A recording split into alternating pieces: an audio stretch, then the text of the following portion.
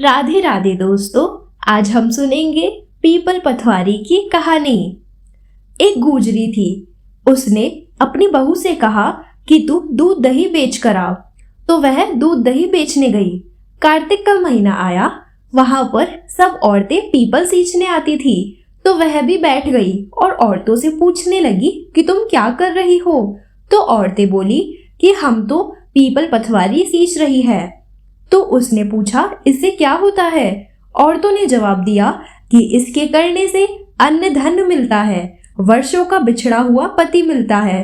तो उस गुजरी ने कहा कि तुम तो पानी सींच रही हो, मैं दूध दही से सींचूंगी। और बेचने के लिए दूध दही से पथवारी सींचती।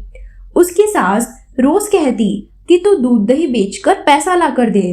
तो उसने कहा, जब कार्तिक का महीना पूरा हो जाएगा तब ला दूंगी। और कार्तिक का महीना पूरा हो गया।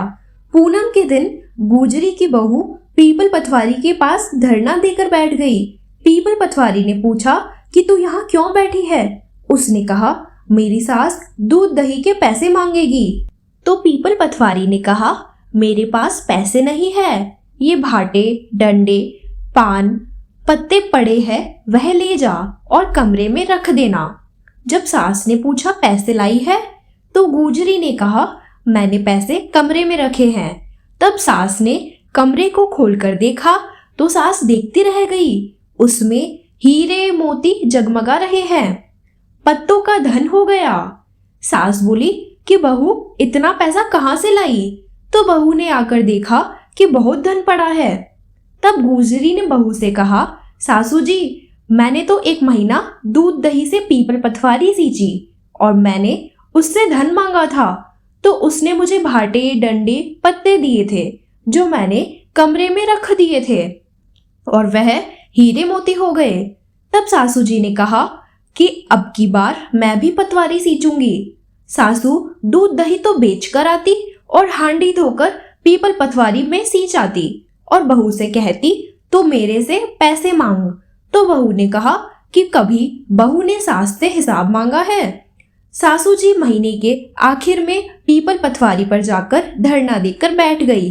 तो डंडे पत्ते पान भाटे उसे भी दिए और कहा, कमरे में जाकर रख दे। फिर बहू ने खोलकर देखा तो उसमें कीड़े कचरे हो रहे थे। बहू ने सास से कहा, यह क्या है? तो सास देखकर बोली कि पीपल पथवारी ने तेरे को तो अन्न धन दिया और मुझे कीड़े मकोड़े दिए।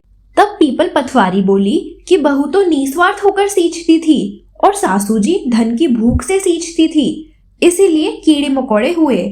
इसलिए हे पीपल भगवान, पथवारी माता, जैसे बहू पर प्रसन्न हुए वैसे सब पर रहना। ऐसी और कहानी के लिए चैनल को सब्सक्राइब, वीडियो को लाइक और कमेंट बॉक्स में हरे कृष्ण राधे राधे अवश्य लिखें।